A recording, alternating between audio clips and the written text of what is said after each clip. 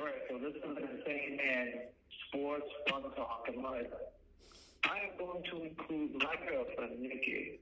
Hello. So I was looking at the news today, and there's a coup auction that's going on in New York on Friday, and they're giving copies of the Declaration of Independence, like 1770 things, and Emancipation Proclamation signs by Thomas Jefferson, all these things. What? They're estimating they're estimating the values from like 500,000 to 5 million, 3 million to 5 million. Pretty important pieces of history. Now, like, they're not the originals, obviously, but they're like from that time, 1776, whatever times there were. And like they said it as like, this is what people would have framed up in their businesses and shops and houses to like know what the laws of the land are as it was being created. Like, that's pretty cool, you know. If I had that much money, I would buy whatever I could get. Now, that's just like some tidbit information. I also did some sports yesterday. I think I won. I just don't know if the Grizzlies beat the Hawks. Other than that, I think I won that 2-pound bet. And besides that, I wanted to have a conversation with you. So, there was like a thought of mine. It's like, and I've said this with Chelsea, my therapist in the past fucking gone. Amazing creature. One of the least viable persons you'll ever come across. Although people would say she's unethical. Maybe even say she's vile, by the way. But they're naive. The thing is, though, if I had a kid and I was a $1 billion negotiator, I think of movies with Paul Rudd and whatever, where he's like dinner for schmucks. Like, that's an awesome movie. And yet he like knows his girls better than these guys who are trying to make him tons of money. And if you have a family, you have to be able to support them financially. You can't just live homelessly. They have to have friends. They have to have school. You know, like toilet. They have to have basic necessities. So it's like my question and my thought process is like, if I had obviously been well enough, like Nikki, you're like. You don't want to go and do stuff too far in the future. You don't want to set things because the devastation or disappointment that's unnecessary. And also, you're well off now. You have enough business, cakes are fine, wedding, everything like that. You don't want to have to expand if you don't have to. It's too much stress. I think it's like people have jobs that regularly, like to us, would seem like a vast amount, but they like make business deals with like Mark Cuban and all those other people. Like, they couldn't take time off for $1 million deal because to them that's just a regular business day.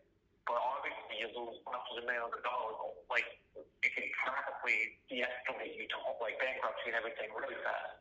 Whereas compared to a normal job, quote unquote, like I don't know, stock manager, professional athlete, entertainer or butcher, et cetera, a cake established business, baker. Like, you could go without a few business days. You know what I mean?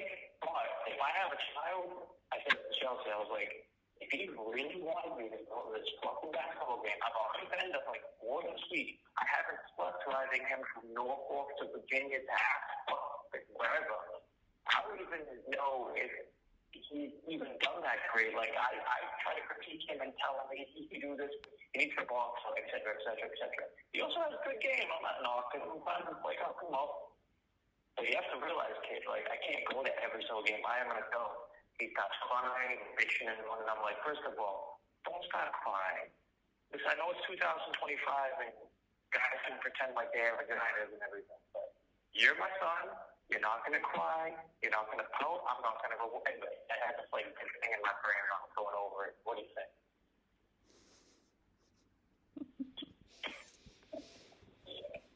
What's my opinion on it? Yeah, you're the one I'm talking to. Like, if we had children, like, that's the type of thing I would have to go processing in my brain. You have 1 minute left. Oh, what the hell? Well, my initial response to what you said about if you had a son and you'd be like, you know, don't cry, all of this, all of this. Yeah. I wouldn't do that. I think because... Give up the meeting or drive him? No, but as in, like, I will do what, I need to for my child, but I will not reinforce gender stereotypes. Oh, I wasn't talking about, that was just like that was just me. We were talking about giving up the meeting and then, like, getting him to his game to support him. That's what I was talking about. I was just making entertaining comments about right. that. Okay, so with that then, I would... It's tough because I think everything has a balance and a context to it.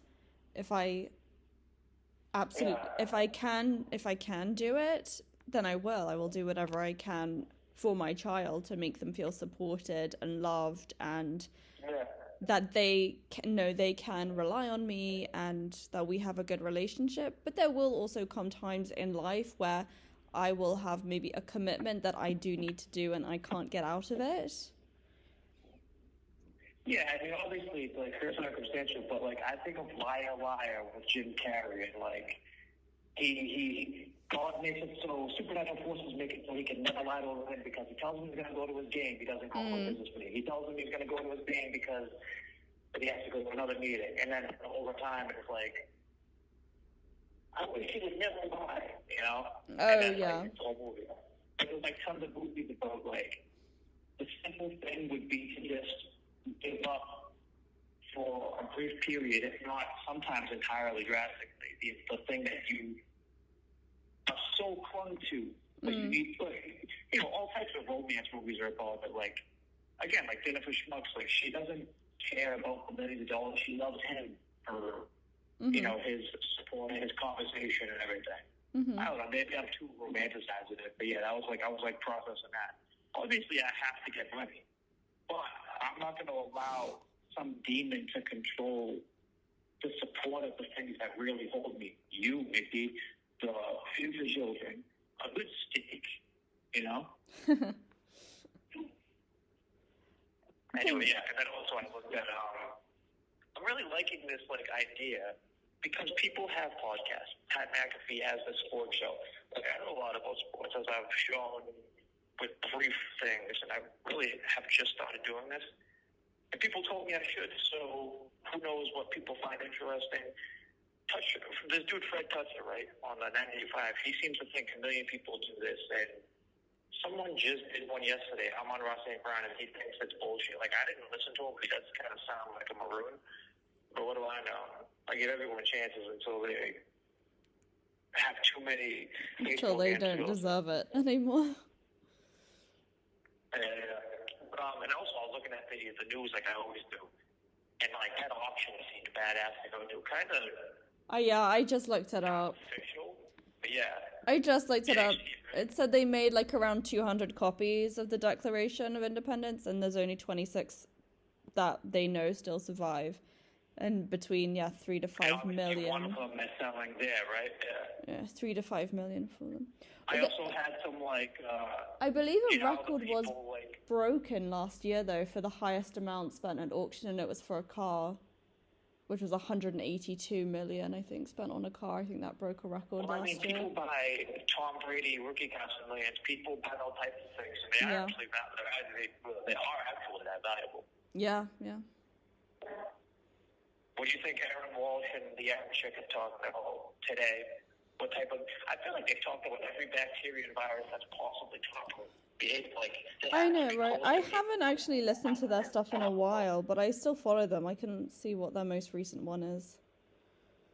Yeah, no such thing as fish. I don't even... Oh, I still love that. I still like that show. I like that. And I feel like Joe Rogan will never have anything not to talk about because conspiracy theorists and crazy people are always digging. Okay, so it seems that they do now... They do kind of different other topics or like health topics. So, for example, I'm just like scrolling and they've done one on like newborn screening, starvation, famine, necrotizing fasciitis, salt. Oh, so there's still plenty of stuff out there that I've never even thought. Okay, yeah. One on detox, yeah. I think now they're broadening. Ponds, lakes, and yeah. Black Plague. There's one on PCOS, SSRIs, one on fluoride. Yeah. They've broadened more. The audience and everything too, you know. Well, anyway, speaking of that, I'm not exactly sure how these go, but I've basically just been doing normal conversation with Nikki here. And in the prior ones, I briefly mentioned sports facts and random tidbits of life and motivation, but truth and all that, whatever. And I sound like a Boston accent guy, which apparently I didn't know I sounded like. Yeah, but it's subtle. Yeah. I've heard stronger. It's subtle. Or maybe just because I'm used to it. But I'm like keeping it within like a 5 to 15 minute range, and we're about at that. Yeah. So whatever this episode has been, I'm just trying to speak my mind and have conversation. And as far as sports go, I think I won my bet again. My 5-leg parlay. I'm just waiting to find out. The Celtics killed the Pacers. The Knicks annihilated the Nets. They had like the biggest home win of all time, 53 points, 56 points, whatever it was against the Nets last night. And yeah, again, the Patriots playing the Broncos this Sunday. Can't wait. Well, this has been an episode of The Insane Man. Nikki's here. Woo-woo. Oofies.